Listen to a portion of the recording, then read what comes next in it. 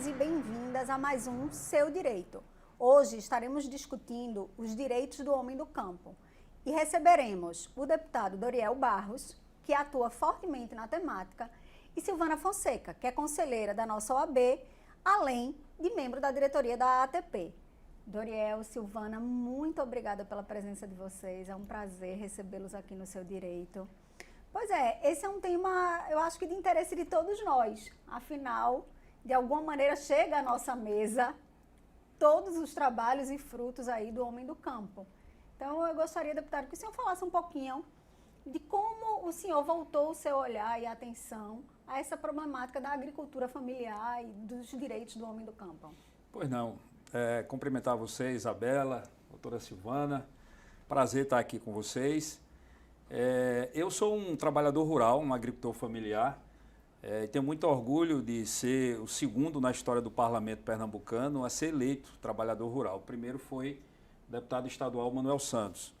Eu venho do movimento sindical rural, né, fui dirigente do Sindicato de Águas Belas, dirigente da FETAP, nos últimos anos presidente da federação, e essa temática do campo, da agricultura, é justamente o que essa organização, Sindicato e FETAP, tem trabalhado. Então, esse mesmo compromisso que a gente teve como dirigente sindical de defender, né, os direitos dessa população que vive no campo, uma população que naturalmente, pelo menos durante muito tempo, as políticas chegavam primeiro a quem está na cidade para depois chegar a quem estava no campo. A energia é um exemplo disso. A gente, durante muito tempo que a energia tinha chegado na cidade, foi que ela foi chegar no meio rural. E aí não só a energia, mas outras políticas públicas também. Então, diante disso, nós temos feito uma luta, um trabalho no parlamento para representar esse segmento da agricultura familiar. Como você disse, representa 70% de tudo que consumimos vem da agricultura familiar. Esses são dados do próprio Ministério. A cada 10 empregos gerados no campo, 7 vêm da agricultura familiar, porque se fala muito do agronegócio, mas quem gera emprego são as pequenas propriedades rurais.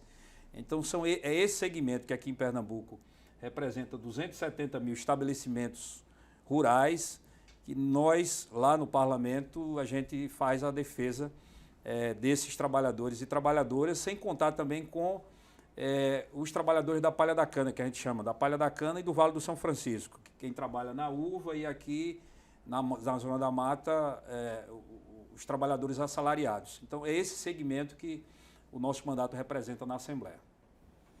Silvana, a gente sabe que ser assalariado no campo é diferente em termos de alguns direitos, algumas especificidades do que aqui, digamos, na capital ou em outra forma de atuação. Quais você destacaria?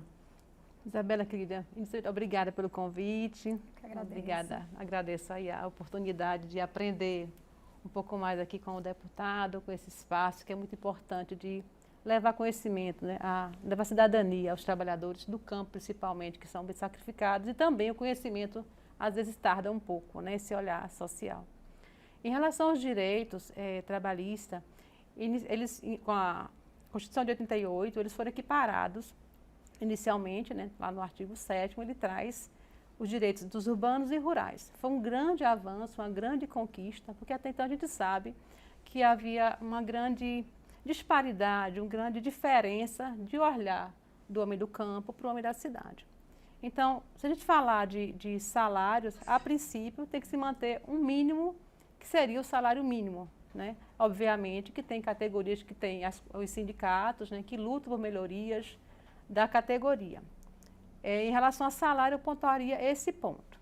Se a gente falar em termos de horário, que é uma questão importante, o homem do campo, ele tem um olhar diferenciado. A princípio, a jornada, sim, é de 8 horas, a diurna, aquela que trabalha durante o dia, né, de 8 horas a princípio, né, mas também pode ser de 6 horas, a depender da contratação. Agora, se falar em jornada noturna, a gente vai encontrar aí uma grande diferença já. A jornada noturna para o agricultor, por exemplo, ela começa mais cedo, às 21 horas, e vai até às 5 da manhã, é horário noturno. E o horário para quem trabalha na pecuária reduz um pouco mais ainda, começa às 20 horas e vai até às 4 da manhã. Então, essas questões todas têm que ser observadas. São garantias mínimas que têm que ser asseguradas. Mas essa é uma atenção, na verdade, dada aos assalariados. Quando a gente fala de agricultura familiar, na verdade, a gente está falando de outra sistemática de funcionamento e que acaba demandando uma atenção legislativa própria, não é isso, deputado? Nós temos legislações que asseguram essa qualificação da identificação do que é um trabalhador agricultor familiar, né, em termos de quantidade de hectares de terras, a renda. Então, tudo isso é quem leva o enquadramento dele a essa condição de agricultor familiar. Aí você tem, evidente, no campo, porque essa representação, o trabalhador rural, hoje, ele é entendido tanto o agricultor familiar como o assalariado rural. O empregado, digamos, aqui das usinas, da Zona da Mata, ele também é classificado como trabalhador rural. Agora, a gente tem hoje uma identificação de assalariado e agricultor familiar porque realmente um é o empregado, né, e o outro ele é o proprietário também. Ele tanto pode ser o sem terra, que trabalha de meeiro, trabalha de arrendatário, como também ele pode ser o pequeno produtor que tem ali um pedaço de terra e ele trabalha nessa terra e produz e gera a partir dali uma renda. Então, esses agricultores, eles, diferente, né, do assalariado, ele não tem horário, né? Ele praticamente trabalha o dia inteiro, à noite. A gente até costuma dizer, por isso que a gente luta tanto para garantir o direito do trabalhador rural, a aposentadoria, o homem aos 60 anos, a mulher aos 55 anos, porque eles começam a trabalhar no campo desde muito cedo e não tem um horário definido, né? De acordo com as atividades ali, eles iniciam madrugada, vão até o início da noite, param um pouquinho meio-dia para o almoço, mas é uma atividade muito pesada de quem vive no campo, a exposição, né, o tempo todo ao sol. Por isso que a gente tem sempre buscado tentar mudar legislações que possam garantir. É claro que a Constituição de 88, a gente até chama que é a Constituição cidadã, porque ela traz vários direitos realmente. Mas todos esses direitos que estão na Constituição, na prática, eles ainda não conseguem chegar para toda a população. E os que estão mais na ponta é quem fica ainda mais distante do acesso a esses direitos. Por isso que os movimentos sociais, os sindicatos, né, a própria OAB exerce um papel tão importante, que é esse de lutar para que realmente essas pessoas possam ter seus direitos completamente assegurados. E quando se trata do campo, o desafio ainda é maior ainda. O desafio é até a fiscalização e até a percepção de quais são as fragilidades e necessidades específicas, talvez, né, Silvana? Sim, sem dúvida nenhuma, né? É uma questão, eu diria que delicada, sensível, né? Porque quando a gente pensa em assistência ao homem do campo, é inafastável não se pensar em garantias sociais, né? Eu sempre tenho essa preocupação muito grande, né? A gente que também assiste essas lutas, né, de classe, né, de reivindicação de direitos. E uma das grandes conquistas que eu vejo, não é nem conquista, que a conquista veio com a Constituição de 88, é o despertar para o direito de, né? Você veja que só há pouco tempo é que se vê os sindicatos engajados em buscar, por exemplo, salário de maternidade, né? Um auxílio-doença, não é, deputado? Exato. Que até há pouco tempo a gente não só ligava o trabalhador rural à aposentadoria. Era muito comum esse link de benefício. Não sei se o senhor concorda comigo. Claro. Não, sim, tanto que a gente tem feito um debate dentro do próprio movimento, né, nessa base. A nossa luta ela não está resumida, falando do próprio movimento, né, apenas ao direito a, como você, Silvana está falando, doutora Silvana, a aposentadoria, mas o acesso à saúde, à educação de qualidade, né, ao lazer, ao esporte. E é uma das coisas que no meio rural você tem uma dificuldade muito grande de você ter estruturas que possibilitem a nossa juventude ter a oportunidade de usar espaços que muitas vezes na cidade tem, mas no meio rural não existe. Então, a luta que tem sido feita tem sido nessa direção, realmente, de garantir não apenas o direito previdenciário, apenas, claro que é um direito importante, fundamental, porque é quem assegura durante a velhice, uma condição das pessoas ter uma renda para poder ter pelo menos o básico para poder sobreviver. Porque no passado, a situação de quem vivia no campo era uma situação muito difícil. A gente vivenciava as pessoas envelhecendo e não tinham nenhuma proteção, né? Mas a gente, claro, hoje entende que a luta precisa ser no sentido de garantir que as nossas crianças, que os nossos jovens, né, tenham acesso às políticas públicas que estão asseguradas para todos, que não pode ser apenas para alguns, né, tem que ser para todos. Por isso que nós apresentamos recentemente um projeto de criar uma política de segurança pública para o meio rural.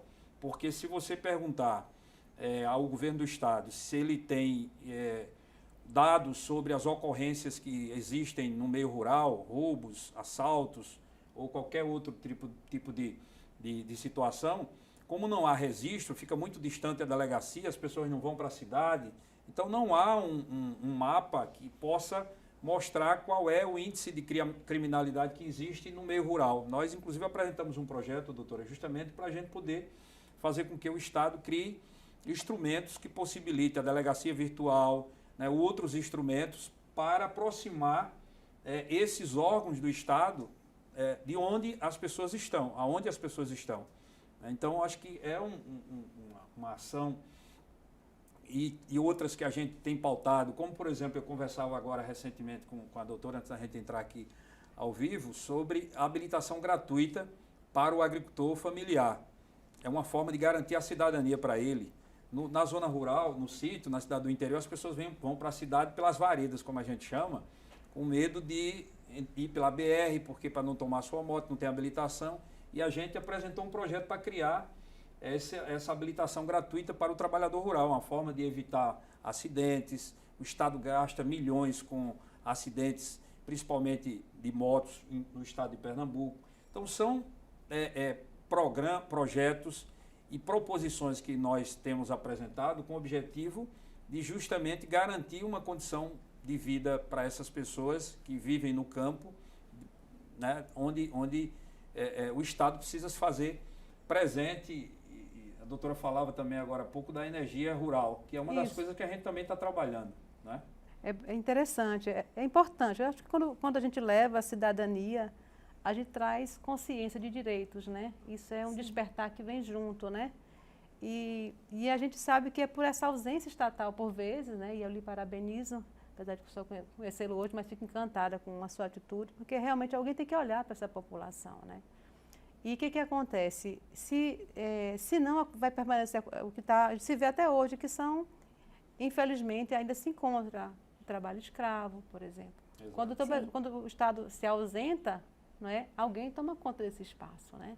E aí a ausência de normas, não é nem de leis, porque às vezes elas existem, é de quem dê conhecimento né? Porque ela já existe há muito tempo, né? A lei que trata do trabalhador rural, por exemplo, é muito antiga. A Constituição, meu Deus, já tem tempo que está em vigência. E aquilo é o mínimo que se tem que ter, não é verdade? Então é muito importante realmente essa levada de consciência para que se possa exercer a cidadania e, claro, né, a aplicação da lei para esses trabalhadores. Num primeiro momento, Silvana, você deu um recorte mais ligado aos direitos trabalhistas, que aí, no caso, se aplica aos assalariados. Mas quando a gente vai para a questão da agricultura familiar, efetivamente, que aí a gente não tem esse vínculo seletista, a gente, na verdade, tem pessoas da mesma família colaborando, muitas vezes, numa própria propriedade, enfim, todos ali tirando sua alimentação e o sustento daquela família. Como é a questão de benefícios previdenciários? Você tocou aí num ponto, e eu queria que você desenvolvesse mais, se possível, que antes a gente só pensava na aposentadoria. E que agora a gente já tem uma maturidade maior da necessidade de ampliar esse olhar. Não é só a aposentadoria, que é um benefício que eles têm direito. Quais seriam? Então, a gente tem, além da aposentadoria, né, porque eles são enquadrados como trabalhadores especiais, eles se aposentam mais cedo, né? A mulher com 55 anos de idade, 15 anos de contribuição e o homem com 60 anos, né, de idade. Esse é o cenário que permaneceu, ainda bem, né, nesse pós-reforma. Foi uma luta grande que observamos que foi travada, mas é justo que me parece que assim permanecesse, porque é um pessoal que começa a trabalhar muito cedo, exposto a vários agentes nocivos à saúde, né? e, como bem se falou aqui, sem muito descanso, uma luta muito grande, né? E por vezes exposto a ser aberto a vida toda, né? Então esse é um dos pontos. Outra questão é o salário maternidade. Hoje já está sendo assegurado o salário família, o auxílio acidente, que é pouco divulgado para o homem do campo, mas ele também tem direito, né? E é muito comum no interior, por falta de habilitação, por vezes, como disse o deputado, os acidentes existem, né? Muito.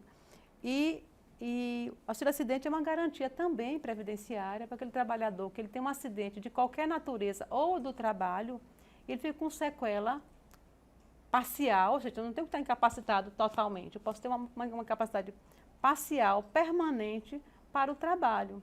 Então, isso é um direito que ele é assegurado, claro, após uma perícia do INSS, que constata aquela incapacidade, e ele representa 50% do salário do trabalhador para o resto da vida. O que mudou, só uma explicação mais finalizando em relação a isso, é que antes da reforma da Previdência, esse benefício, ele tinha uma natureza que, em falecendo o titular desse direito, geraria uma pensão por morte, por exemplo. Ele recebia esse benefício, não precisava mais ficar contribuindo se desejasse. E aquele benefício, se ele tivesse uma companheira, um companheiro, geraria uma pensão por morte. É outro direito interessante também para se buscar e que ainda é pouquíssimo divulgado ainda no interior. Essas são algumas das questões que me lembrei a princípio, né, que pode ser requerido. Deputado, qual é o maior desafio de levar a essa população o conhecimento desses direitos e até de identificar essas necessidades? Como fazer isso? Hoje o grande desafio é fazer com que a população, esses trabalhadores, eles de fato tenham esse conhecimento sobre os seus direitos e dessa forma eles possam lutar para assegurá-los, né? A gente sabe que os movimentos exercem um papel importante de chegar até onde estão essas pessoas. Os sindicatos têm feito um trabalho importante nesse sentido e o processo de reorganização também política desses trabalhadores é muito importante, porque, por exemplo, a partir do momento que você passa a ter suas representações, essa luta pelos seus direitos se torna mais visível, né? Porque isso acontece no Parlamento Municipal, isso acontece no Parlamento Estadual, isso acontece no Parlamento Federal. Essas demandas desses trabalhadores, elas se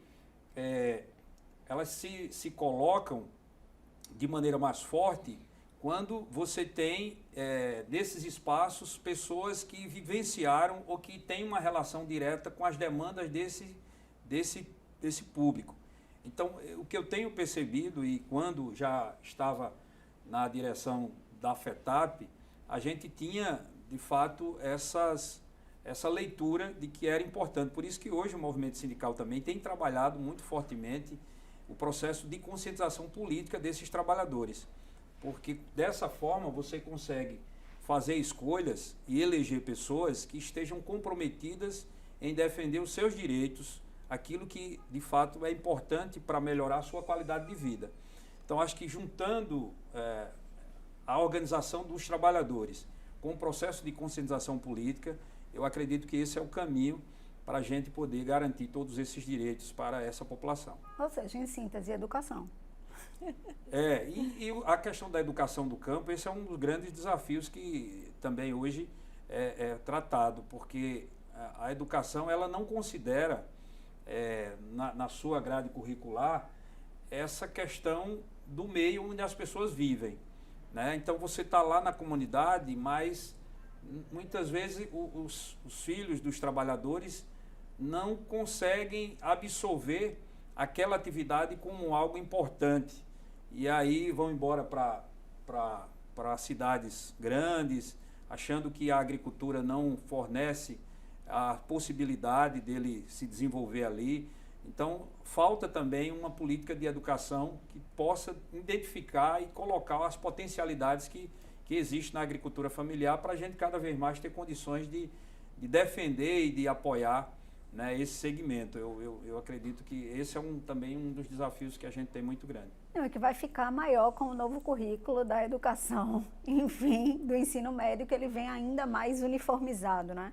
Mas eu estava pensando em educação até num sentido mais amplo, deputado, além da educação formal, Sim. que, claro, é essa educação que precisa ter um olhar particularizado, tanto por região como para a cidade e para o campo, porque as necessidades são diferentes, mas a própria educação informal, essa educação que o próprio sindicato vai fazendo, os movimentos sociais têm um papel muito importante. Exato. E que, na verdade, é até a sua base, né? Você chega ao parlamento assim. E, Silvana, eu sei que você tem uma atenção muito grande a isso. E aí eu queria que você pudesse compartilhar para quem está assistindo a gente, o que tem que estar atento, que direitos, enfim. Então, eu estava escutando a fala do deputado e me lembrando que, por vezes, falta água potável, né? Nesses lugares, né, para se tomar. Isso seria o mínimo existencial que a gente fala, né? É uma água limpa, um lugar para dormir decente, né? É uma alimentação, como diz a lei, farta, né? E, infelizmente, ainda a realidade que se depara, né, não é bem essa, né? A gente tem um estudo da OIT, o Ministério do Trabalho, por exemplo, que ele é de 2015 a 2018, onde desse período foram resgatados 50 mil pessoas em regime de escravidão. É impensável, em datas tão recentes, a gente ter uma realidade dessa. Então, realmente é muito importante que voltemos nossa atenção para essas pessoas. Esse é um ponto, né? E outra questão importante também, porque a gente fala muito em direitos, e isso é lindo na teoria, né? Mas às vezes não há oportunidade de exercer esse direito. Porque quem está numa condição de subordinação, né, de dependência econômica, às vezes não é fácil, né, levantar essa voz. Se não tiver um líder, né, uma liderança local, que busque aquilo para ajuste de cláusula contratual, de cláusula de convenção coletiva e fazer valer de maneira coletiva, fica difícil esse exercício, né? E aí é onde entra realmente, né, o nosso legislativo buscando aí esse amparo tão necessário. Falando de horário, já falamos de horário, a questão do horário noturno também já colocamos, a hora extra do trabalhador para quem é assalariado. E eu me volto muito isso, que isso é um mínimo também que por vezes não é observado, é 50%, né? O adicional noturno do trabalhador rural é um pouco maior, é 25%, né? O desconto de alimentação também é de 25%, né? Da moradia é 20%. Isso tudo está estipulado na lei que regulamenta esses trabalhadores, né? Acho que uma coisa importante, se pudessem levar, em termos, se falar do trabalhador empregado, é dar essa publicidade, né? Se falarmos da economia de subsistência, é realmente trazer essas condições mínimas que estariam lá no artigo 6º da Constituição Federal, que também está dentro do trabalhador rural, o homem do campo de um todo, que é o direito à saúde, à alimentação, à educação, né? Então, a grande dificuldade que a gente vive hoje é trazer isso, né, que está na lei, muito bacana, muito bonito, para a realidade do campo, né? Então, realmente é uma luta de classe muito grande, né? Isabela, me permite só dois comentários em relação ao que a doutora Silvana colocou. Em relação à água, hoje é um dos grandes desafios que nós temos para a área rural é a questão da água. Um exemplo de um programa importante que vinha sendo implementado e infelizmente agora foi suspenso pelo governo atual, é o programa de cisternas, que possibilitou a construção de várias cisternas em várias casas, em várias comunidades rurais, que possibilitou, no momento, e está possibilitando agora, você ter um reservatório para poder acumular água ali, para você ter uma água de qualidade, não uma água potável, uma água de qualidade para você, de fato, consumir. E até então a gente não tinha. Infelizmente ainda tem muitas famílias que não têm ainda um reservatório como esse. Então esse é um exemplo de uma política pública importante. Aí a gente vive hoje, agora estamos enfrentando a situação da indústria do carro-pipa, que se falou tanto, que é a troca do voto por um carro-pipa. Então, diante da situação hídrica que a gente está vivendo, então o grande desafio é a gente fazer com que essa água que é de todos, ela chegue realmente para a população do semiárido, não apenas para consumo, mas também para produção. Sim. E aí quando a doutora Silvana traz uma questão que muitas vezes termina as pessoas trabalhando isso muito forte, que é a questão da subsistência, como se a agricultura ela produzisse apenas para consumo de quem está lá.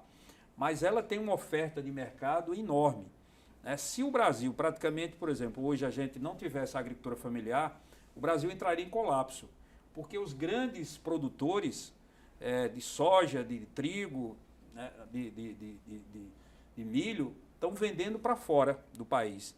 Então, quem mantém o mercado de abastecimento para o consumo é esse segmento da agricultura familiar.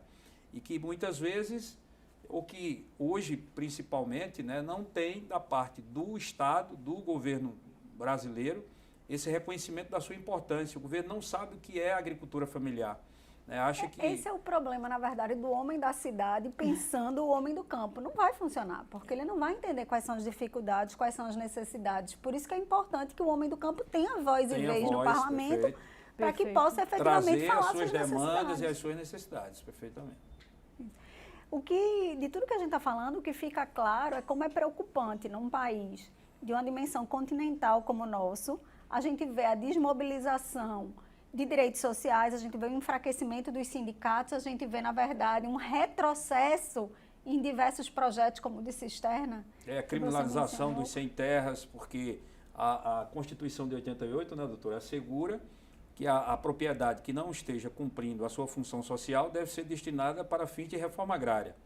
E aí o que você tem uma quantidade de terras aqui em Pernambuco, que os seus proprietários são devedores da União, devedores do Estado, e por lei, pela Constituição, deveria ser desapropriada, outras que não estão cumprindo a sua função produtiva, estão lá improdutivas, sem produção nenhuma, mas esses trabalhadores sem terras são vistos como baderneiros, como criminosos, porque estão lutando ali para ser cumprido o que está na Constituição. Então, nós temos uma inversão, muitas vezes, de valores e de entendimento do que é que a Constituição realmente assegura. Doriel, Silvana, a gente está se aproximando do fim. Mas, antes de terminarmos, eu preciso pedir que vocês deem uma dica de leitura. Né? Para quem está nos assistindo, que livro é imperdível de ser lido? Veja, eu queria sugerir, principalmente nesse momento que a gente está vivendo hoje, Como as Democracias Morrem. É um livro excelente. Né, que pode ajudar bastante a gente refletir esse momento pela qual passa o Brasil e vários países, né, do mundo. Então, eu recomendaria esse livro como um livro muito importante para a leitura. Já li e endosso. Excelente recomendação. Eu ia dizer a mesma coisa, li e endosso, mas eu recomendo algo bem distante dessa leitura. Né? A pandemia me fez refletir muito, né? E eu estou revisitando o que já li há muito tempo. Estou revendo Napoleão Hill, A Lei do Triunfo, acho que eu estou tentando vencer esses medos, né? Acho que a pandemia trouxe muito medo, muito novo, muita inquietação. E é um livro que eu gosto muito, já li há muito tempo, estou relendo agora, então também recomendo. E para finalizarmos, um bate-bola. Eu falo uma palavra e vocês respondem aí com uma palavra também. Campo. Produção. Sossego. Cidade. Um ambiente de diversão. Produtivo, é um lugar produtivo para mim. Pernambuco. Um estado de muitos valores. Pernambuco tem a minha gratidão. É isso, eu agradeço imensamente a disponibilidade de vocês, a presença aqui no Seu Direito. Muito obrigada, deputado, muito obrigada, Silvana. E vocês continuem atentos ao Seu Direito. É um programa fruto da parceria da ESA-OAB Pernambuco com a Alep, para que você tenha uma cidadania mais ativa. Fique conosco.